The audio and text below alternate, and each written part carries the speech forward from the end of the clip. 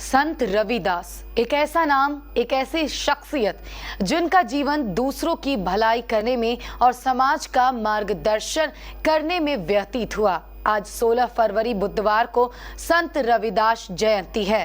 संत रविदास का जन्म हिंदू कैलेंडर के आधार पर माघ माह की पूर्णिमा तिथि को हुआ था, इसलिए हर साल माघ पूर्णिमा को रविदास जयंती मनाते हैं।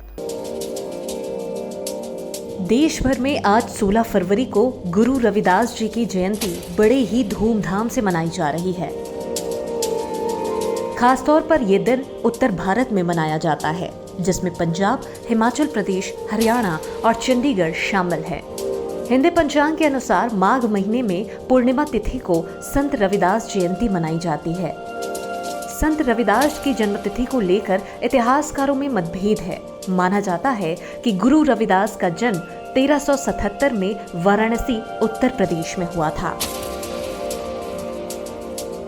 कहते हैं कि गुरु रविदास से प्रभावित होकर मीराबाई ने उन्हें अपना गुरु मान लिया था। राजस्थान के चित्तौड़गढ़ जिले में मीरा के मंदिर के सामने एक छोटी छतरी बनी है, जिसमें संत रविदास के पदचिन्ह दिखाई देते हैं। संत रविदास जी की जयंती के अवसर पर उन्हें याद किया जा रहा है। आज भी करोड़ों लोग संत रविदास को अपना आदर्श मानकर उनकी पूजा करते हैं। इस अवसर पर कई जगह सांस्कृतिक कार्यक्रमों का आयोजन भी होता है। उनके अनुयायी गुरु रविदास के सम्मान में आरती करते हैं। वाराणसी में उनके जन्मस्थान पर बने श्री गुरु रविदास जन्मस्थान मंदिर में भव्य समारोह का आयोजन किया जाता है। उनके कुछ अनुयायी पवित्र नदी में डुबकी भी लगाते हैं।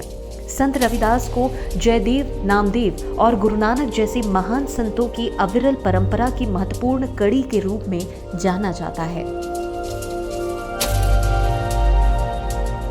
गुरु रविदास जी का जन्म काशी में चर्मकार चमार कुल में हुआ था। जिस दिन उनका जन्म हुआ उस दिन रविवार था और इसी कारण उन्हें रविदास कहा गया। भारत के विभिन्न प्रांतीय भाषाओं में उन्हें रोईदास, रैदास व रहदास आदि नामों से भी जाना जाता है। रैदास ने साधु संतों की संगति से पर्याय व्यवहारिक ज्ञान प्राप्त किया था। जूते बनाने का काम उनका पैतृक व्यवसाय था और उन्होंने इसे सहर्ष अपनाया भी। वे अपना काम पूरी लगन और परिश्रम से करते थे और समय से काम को पूरा करने पर बेहद ज्यादा ध्यान देते थे। शुरुआत से ही रविदास जी बहुत परोपकारी और दयालु किस्म के व्यक्ति थे और दूसरों की सहायता करना उनका स्वभाव बन गया था। साधु संतों की सहायता करने में उनको विशेष आनंद मिलता था। वे उन्हें प्रायः मूल्य लिए बिना ही जूते भेंट कर दिया करते थे।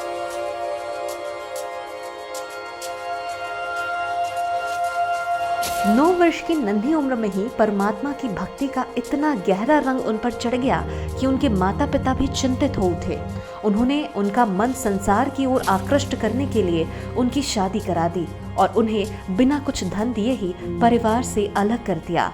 फिर भी रविदास जी अपने पथ से विचलित नहीं हुए। संत रविदास जी पड़ोस में ही अपने लिए एक अलग झोपड़ी बनाकर तत्परता से अपने व्यवसाय का काम किया करते थे और शेष समय ईश्वर भजन और साधु संतों के सत्संग में व्यतीत किया करते थे। संत रविदास जी ने अपनी वाणी के माध्यम से आध्यात्मिक, बौद्धिक और सामाजिक क्रांति का सफल नेतृत्व किया। उनकी वाणी में निर्गुण तत्व का मौलिक व प्रभावशाली निरूपण मिलता है। उनका जन्म ऐसे समय में हुआ जब भारत में मुगलों का शासन था। चारों ओर गरीबी, भ्रष्टाचार व अशिक्षा का बोलबाला था। युग प्रवर्तक स्वामी रामानंद उस काल में काशी में पंचगंगा घाट में रहते थे। वे सभी को अपना शिष्य बनाते थे। रविदास ने उन्हीं को अपना गुरु बना लिया। स्वामी रामानंद ने उन्हें राम भजन की आज्ञा दी व गुरु मंत्र दिया, रम रामाय नमः। गुरु जी के सानिध्य में ही उन्होंने योग साधना और ईश्वरीय साक्षात्कार प्राप्त किया। उन्होंने वेद, पुराण आदि का समस्त ज्ञान प्राप्त कर लिया। कहा जाता है कि भक्त रविदास का उद्धार करने के लिए भगवान स्वयं साधु वेश में उनकी झोपड़ी में आए, लेकिन उन्होंने उनके द्वारा दिए गए पारस पत्थर को स्वीकार नहीं किया। संत रविदास जी की महानता और भक्ति भावना की शक्ति के प्रमाण इनके जीवन के अनेक घटनाओं में मिलते हैं। जिसके कारण उस समय का सबसे शक्तिशाली राजा मुगल साम्राज्य बाबर भी संत रविदास जी के आगे नतमस्तक था। संत रविदास ने अपने जीवन के अंतिम वर्षों में भारत भ्रमण किया और ऐसा करते हुए उन्होंने समाज को उत्थान की नई दिशा प्रदान की। संत रविदास सांप्रदायिकता पर भी चोट करते हैं। उनका मत है कि सारा मानव वंश एक ही प्राण तत्व से जीवंत है। वे सामाजिक समरसता के प्रतीक महान संत थे। वे मदिरापान और नशे आदि के भी घोर विरोधी थे और इस पर उपदेश भी दिया करते थे। आज भी ऐसे महापुरुष इस धन्य धरा पर हैं। धनभागी हैं वे लोग जो उनके सत्संग सानिध्य का लाभ लेते हैं। राष्ट्र को तोड़ने के लिए, हिंदू समाज से दलित समाज को अलग करने के लिए राष्ट्र विरोधी ताकतों द्वारा उकसाया जा रहा है। उनके लिए संत रविदास का प्रसंग प्रेरणा स्रोत है। Bureau report, KBC news.